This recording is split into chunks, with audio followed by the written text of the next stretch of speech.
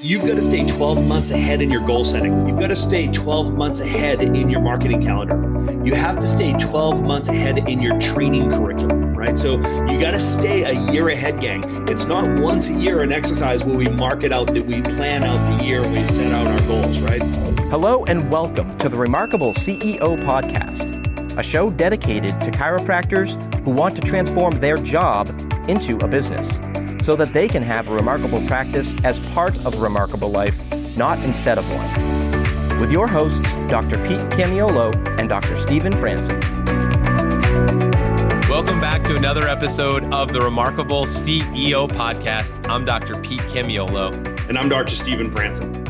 And we are in the End of Year Energy Podcast. Can you feel it? Can you feel the energy? I hope you can. We are fired up here. Why? Well, because we've been through the fire. As we talked about in the Phoenix Plan, we're rising up from the ashes and we're continuing to focus and we're continuing to move forward regardless of what we've been through. We have all come out of this stronger. I believe even if you don't feel stronger, you are. But we specifically have been focusing on the end of year energy because I don't know, some of you maybe have end of year fatigue. And we want to talk about how important it is to, as the leader of your company, that you have to set the tone when it comes to the energy and the focus. And again, this all boils down to your attitude. So this is a part 2 of a 2-part series that we are doing here to wrap up 2020. We've been focusing on the board meeting. So that end of year energy, very pragmatically, what does that look like? How do we organize the energy, right? We want to organize the energy, focus. Here's what's important now. Here's what's important next. That's 2 of the main objectives of the CEO. And you think about your scorecard, it's casting vision. This is what's important. This is what success looks like.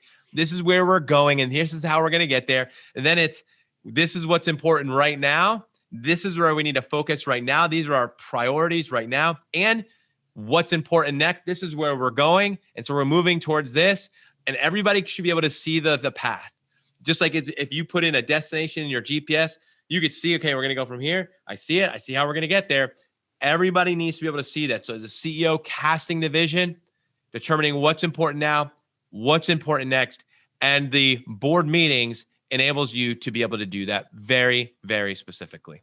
I love this conversation, Dr. Pete. I love the end of year energy. So, frankly, I think I get more done in the last 6 weeks of the year than I do in all of the other weeks combined. I know, I love to close open cycles. I love to check off checklists. I love to button things up, knowing that I'm going to catapult myself, my team, my business, my life into the next year flying, right? So you heard me in the last episode say that I think the beginning of year energy and that whole New Year's resolution, New Year, New You stuff, I think that is so wildly overrated, right? So yeah, you know what? That's probably a cute idea that came out of like the 1950s and 60s, but in the modern world, man, I think people come limping out of the holidays, right? And they come limping into the new year. Man, let's face it, every year is tough. This year's been crazy. And then on top of that, you start throwing the all the craziness and the demands of the holidays on top of it. And then we're supposed to come out of it chipper into the new year. Man, I don't want to downplay. If that's your thing, that's awesome. For me, it's like, let's finish the year strong, right? So you talked about contagiousness, right? I want to make sure that we are clear. We picked that up where we left off in the last episode. We're talking specifically about the contagiousness of your attitude, right? So as a leader, listen, we're all tired, right? There is a fatigue that has set in this year, right? So the truth is as a CEO, you don't have the luxury of a bad day, to be honest with you, right? So as a CEO, you have a different gear. You have another gear, right? And that gear is called your attitude, right? And you have the opportunity to choose the attitude of a leader, which is going to be contagious to your team, to your patients, to your practice, to your business, right? So you get a choice. Like right now, Doc, you could literally, it takes no investment of time, energy, focus, or money. Right now, you can make a choice. I'm choosing my attitude. I've already chosen my attitude for how to finishing this year strong. I'm going going to finish this year with gratitude and recognition for the extraordinary year we just had, the training that we just all went through. Man, it's in the military when they talk about people with there's two types of people, the people who have seen combat and people that have not seen combat, right? So let me just recognize you guys right now. You have officially seen combat, right? So it's now on the other side of this, peacetime is going to feel a lot easier. And your team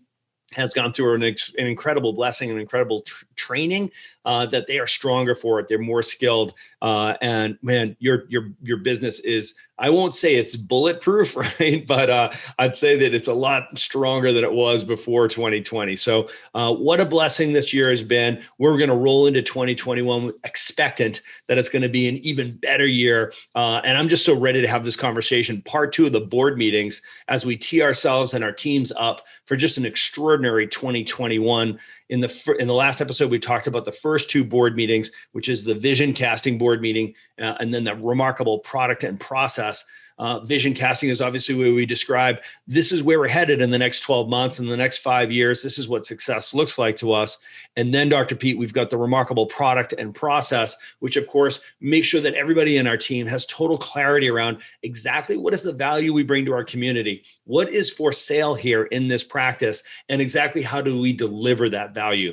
Today, we're going to unpack board meetings number 3 and 4, right? These are our quarterly meetings in the EOS system. Gino Wickerman calls it the pulse meeting, right? The quarterly meeting. Some of you might do it on-site or off-site, right? So this is when you get everybody together, you hunker down in the bunker, you get in front of that whiteboard and you host your board meetings, right? So this is board meetings number 3 and 4, where we're going to talk about remarkable goal setting, which is where are we going? And then remarkable marketing machine, which is how are we going to get there? Yeah, I love this. Where are we going? How are we going to get there? So important. And, one of the first things we have to look at when we think about where are we going is we have to look at our vision. So we can't set goals without a vision. So you said that, Doc, and it's so important. And what kind of vision you have to have a clear vision. If you don't have a clear vision of what success looks like and where we're going, then it's impossible to set goals. So the first step really of remarkable goal setting is to actually have a clear vision of where we're going. So, and some people, struggle with this more than others. I'll tell you, goal setting, it's a lot lighter when you have a clear vision. So when you start with your vision, it actually naturally progresses into a actual goal setting conversation, because naturally you think, hey, if we're going to get here, and again, you're setting your GPS, like we want to go, across the country. Well, then it's very natural to be able to actually look at the path that you're going to take to get there. It's very natural. So in other words, we're not wishful thinking. We are setting a vision, and now we're going to set the destination on the GPS. And this is how we're going to get there, which is the marketing plan. So your goals and your marketing plan work hand in hand with the vision. So the goal says, hey, this is where we're going to be. This is where we're going. And so we look at a few different areas of your business specifically. Okay. So when it comes to goal setting, it's really important to get this right. So we talk about the gears, of the machine. Doc, you've talked about this a lot. I love hearing about this in the academy. And I know, it's expanded even over the years, but we've identified there's really, 4 things that we're going to be focusing on as far as goal setting. And you should be focusing on goal setting with your team. Number 1 is attraction. Okay. So this is all of the energy that drives people into your practice, into your business. So you might break it down into maybe 3 categories: internal, external, and digital, right? And we know that when you set your goals in 2020, you had to pivot your goals, because for many of you, your goal setting, your 2020 goals had a number of new people coming into your business through some external streams that just all of a sudden dried up right away. There was no water in the well. And so you had to go somewhere else. You had to adapt to that, right? So like you said, Doc, I loved how you said that, the combat, not combat. You all been through combat now. So we're going to be a lot more sober and realistic when we set our goals, I think, but we're also hopefully going to be have a lot more courage too, and say, hey, look what we were able to accomplish. We can do this. So you're going to start there by saying, okay, for us to be able to get there, this is all about reverse engineering, like you said, Doc, in our last episode. But you start with the year. Okay, so I like to say it like this. We set our corporate goals for the year, we set the corporate goal for the quarter, and then we set the individual goals for the quarter.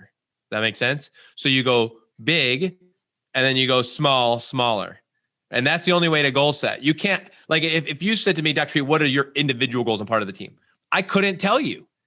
accurately what my individual goals are until I know what our whole goals are for the business for the year and what our whole goal is for the quarter. Then from that data, I can now say what my individual goals could be and should be. Does that make sense? So from an attraction standpoint, let's start there. We first start with, okay, who are these new people that are going to be coming into our business and how are they going to get here? And so we have to start there, right? So we start with attraction and then we go into the next category, conversion. Okay, so once people come into the business, they go through the conversion process. And then the third mechanism that we're looking at is retention. Okay, so these are the first three, and then the last one is collections or revenue. So those are the four areas that we focus on.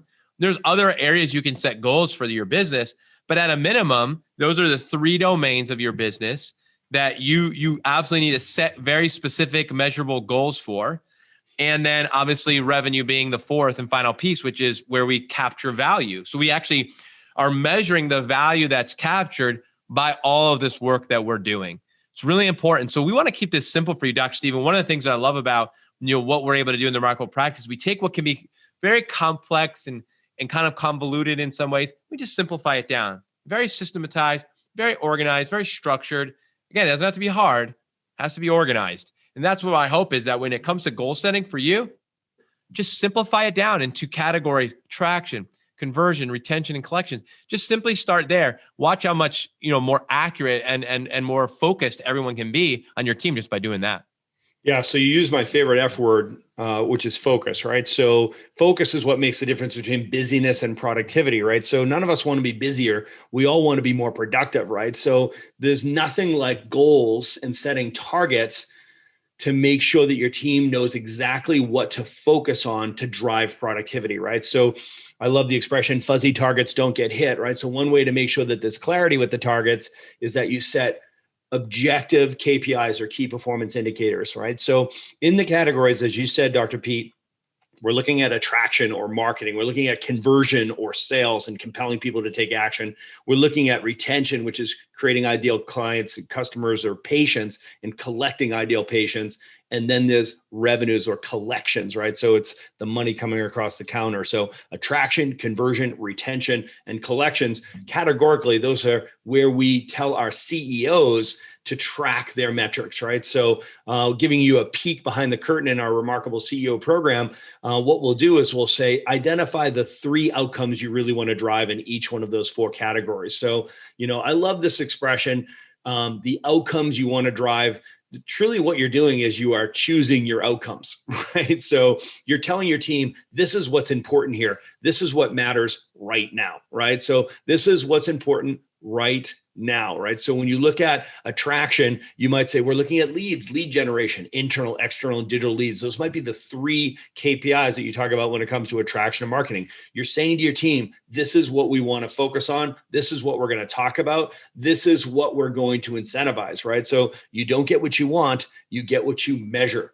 And you don't get what you want, you get what you incentivize, right? So the power of choosing your outcomes, guys, this is like buying your own Christmas presents, wrapping them up, sticking them under the tree. I get so energized by this. I'm like, man, 90 days from now, where do I want us to be? And what I'm going to do is I'm going to point all of the resources of this team in that direction. Everybody's going to have total clarity around attraction, conversion, retention, goals, specifically 3 KPIs for each one of those 4 categories. And one individual on our team is going to own it. One individual on the team is going to be accountable to that number. That doesn't mean that they have to do everything, but they're going to be accountable to make sure that everything needs to get done. Man, I love this conversation. It's so rich when you actually start to unpack it and you start to get into it. Goal setting can just become so much. I mean, I dare to say use the word fun, because it becomes almost like a game in many ways, because when you start breaking it down in this way categorically and you start breaking them down into smaller and smaller goals incrementally, and then you were able to delegate that over to a person who's like, I see this. Yes, I got it. Yes, I can do this. It is just there. The energy, you talked about the energy. The energy is so amazing. And so again, it starts though with, you've got to get clear. This is where we're going, and then breaking it down. So like you said, with the CEOs, we break it down and say, hey, if you were to pick 3, just pick 3, the top KPIs. they don't just live on a goal sheet that you set and you put on your wall. No, these things live on somebody's scorecard, right? These live, in your weekly team meetings. You're reviewing these things on your scoreboard. I mean, we've talked about these things in the past. I mean, this is a living, breathing document. Your goals document is alive and well, and it's being nurtured and looked at on the daily basis. Maybe not that exact sheet, but it is when I look at what I'm responsible for and what I'm accountable for and what we measure here, and that matters the most. We are tracking the things that drive the outcomes, and we go far enough upstream to know, like, these are the things that influence. My favorite part of the goal sheet, Doc, is the action items. I find that the better you are at determining what action steps you take, the more likely you are to actually hit your goals. And so I think what happens is sometimes where some of the subluxations can set in is I set the goal, but I wasn't sure how to get the goal. And that's where, as a leader in the organization, that is one of your responsibilities. The COO as well plays a part in this. We talked about the trifecta and the roles. One of the roles of the remarkable COO is to actually own the scorecards for the people, which also includes, the action items. But they're not alone on that. They actually should work hand in hand with you as a CEO to really help with this, because this is the strategic part of goal setting. So goal setting is that doesn't accomplish anything. What accomplishes is, I always like to say, priorities, is what we do. Everything else is just talk, right? Priorities are what you do. So it's action. Your action steps are the things that drive your goals. Otherwise, it's just talk, or it's just something you put on a piece of paper. It doesn't mean anything until it's connected to specific actions that drive towards those outcomes. I will not be empowered as a team member if I don't know what action steps I have. So remember, goal setting doesn't just stop with we set goals. It actually starts with that.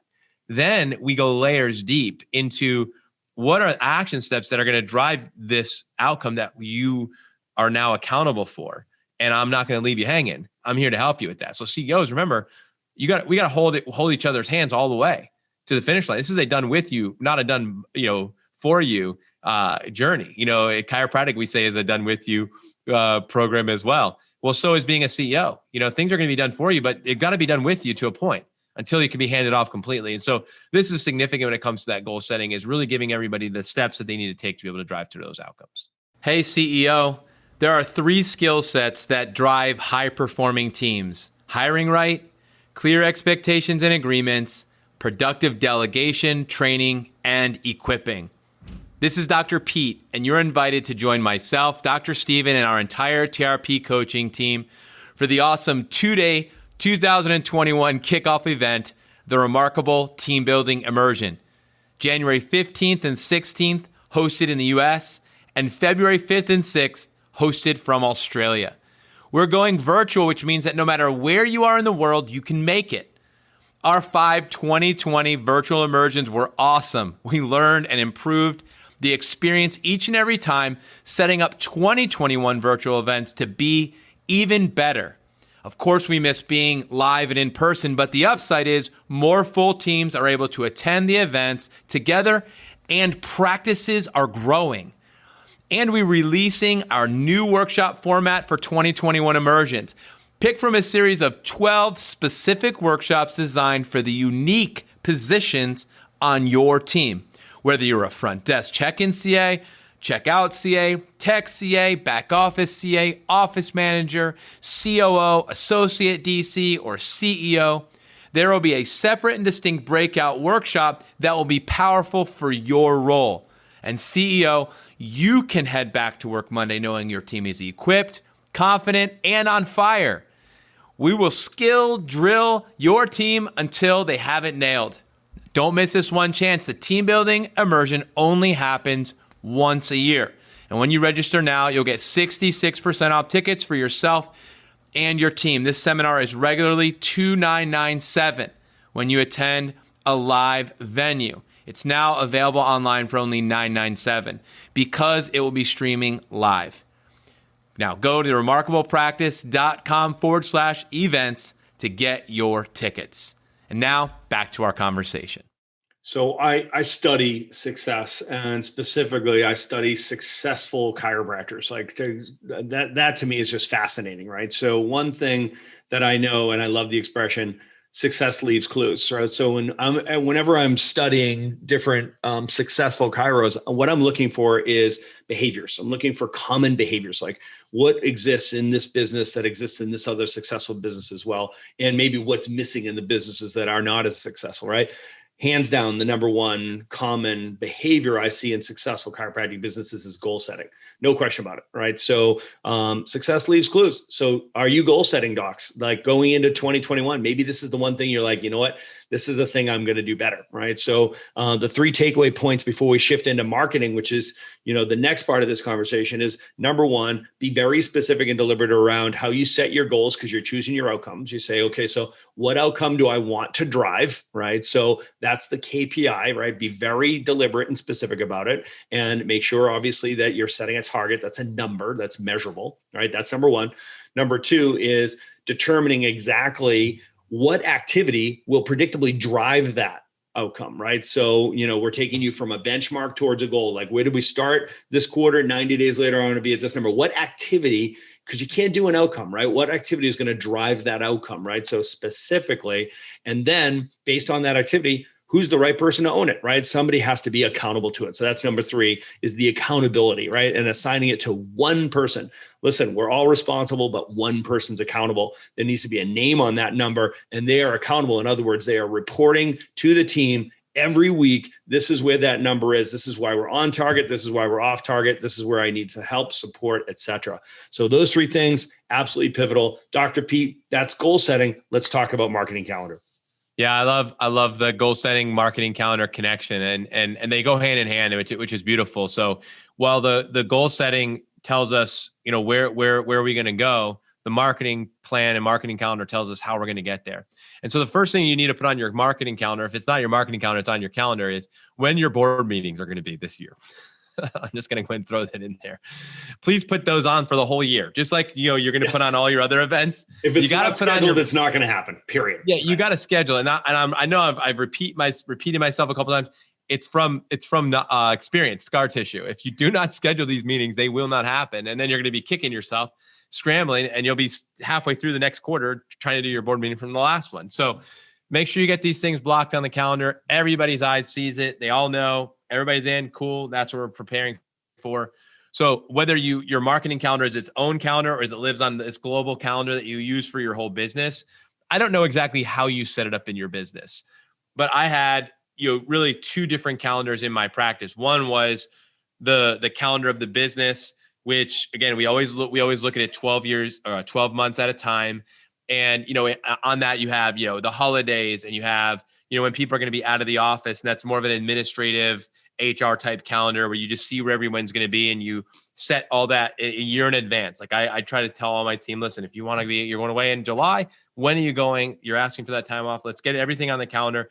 So in the marketing calendar, make sure you see what your schedule is, because the last thing I need is to have this huge event in our town that 2 of my A players keep out of pocket.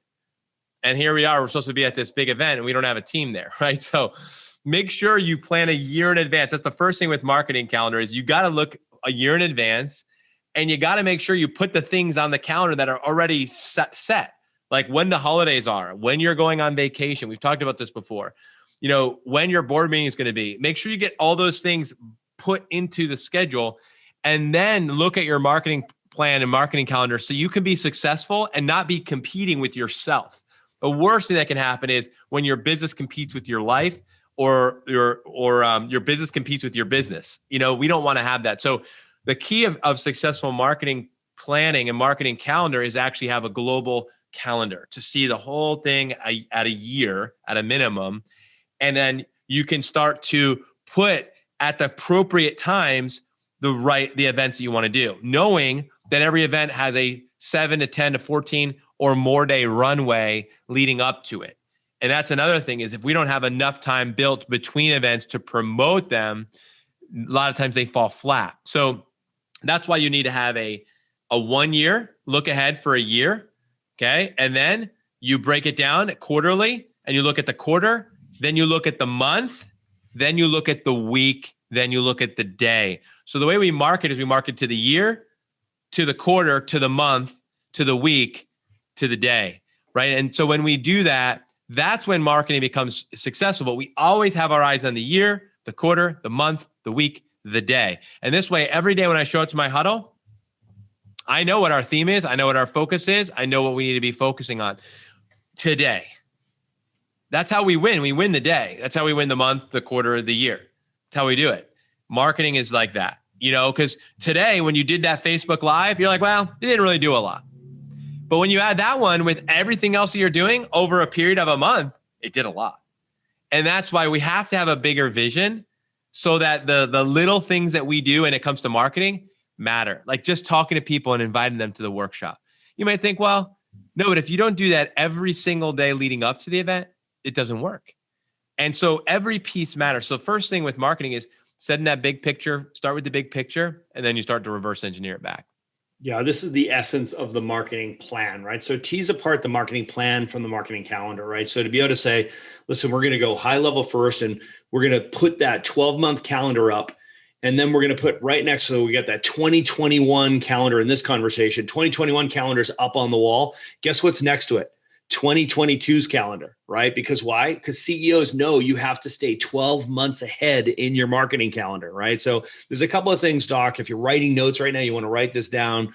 You've got to stay 12 months ahead in your goal setting. You've got to stay 12 months ahead in your marketing calendar. You have to stay 12 months ahead in your training curriculum, right? So you got to stay a year ahead, gang. It's not once a year an exercise where we mark it out, that we plan out the year and we set out our goals, right? So this is the time of year when everybody hunkers down and gets their eyes on, okay, big plan for next year, but this is a quarterly discipline, absolutely, for a CEO and a COO to do together, right? So that's part of the plan, right? So we get that marketing plan and keep it 12 months out. Now, when we do that, we go from high levels, like let's put those big things in place, then we'll put the smaller things in place, and then we'll put the smallest things in place, right? So you start fleshing out that calendar. And then what you look at is like, we've got internal, external, and digital marketing happening, right? These are the three tributaries of new patient leads that be coming into the practice. When you put together your plan, typically what you do is maybe you'd say a third of our resources are going to go towards internal marketing.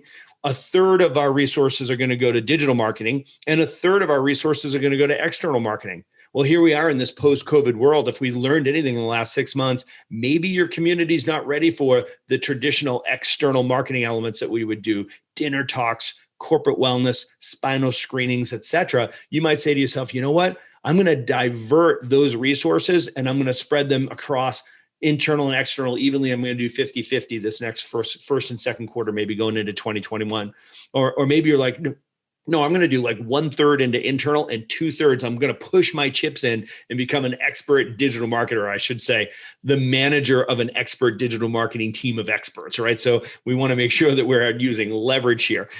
So leverage the expertise of these SEO experts, Facebook, Google AdWords, right? So you want to have a team of digital marketers that are answerable to the person on your team who's accountable to digital leads, right? So don't try to become a digital marketing expert yourself. So this is part of a plan, gang, right? So that plan manifests onto your marketing calendar. And last thing I'll say as far as a calendar goes is you may want to have a supplemental calendar as far as a content calendar goes, right? So kind of pull all of those elements that are going to go on your Facebook page, your website, your social media presence, whether it's Instagram, your YouTube channel, maybe you're doing a podcast or what have you. Just pull those things off so that your marketing calendar doesn't get too crazy, because there's usually a lot of detail on there. I find that to be a best practice, is to have a content calendar that is a reflection of what's going on in your master marketing calendar, right? So it doesn't just get too crazy and too busy in this modern world where we're leveraging digital marketing so much. Dr. Pete, critically important. We have our marketing plan and we have our marketing calendar, which of course is a reflection of where we're going, which is objectively measured in our goal setting.